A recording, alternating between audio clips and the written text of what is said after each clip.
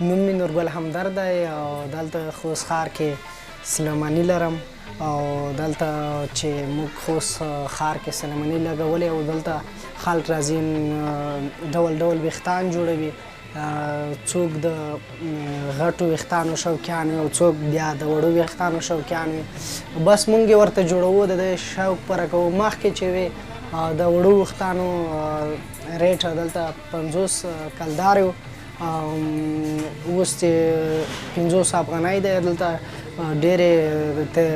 نیوکې هم پرې شوي چې دوی ویلي وو چې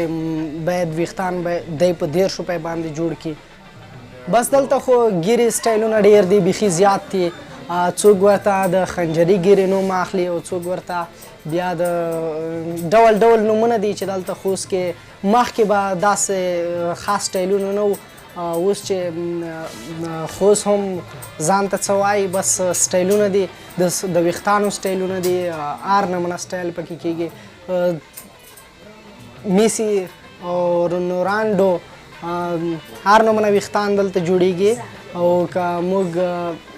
کوشش وکړو د هیوادوالو لپاره چې هر سټایل دی غواړي موږ به یې ورته جوړ کړو دلته د پکوله ویښتان زیات دي تاسو ورته څه وایئ هغه موږ ورته پکول وایو که نه هی ویښتان زیات دي او بل کوچني ویښتان زیات دي چې دلته د پوهنتون محصلین ورته هغې ته یې جوړوو نور داسې ویښتان دي چې نومونه یې نشو اخیستی ځکه چې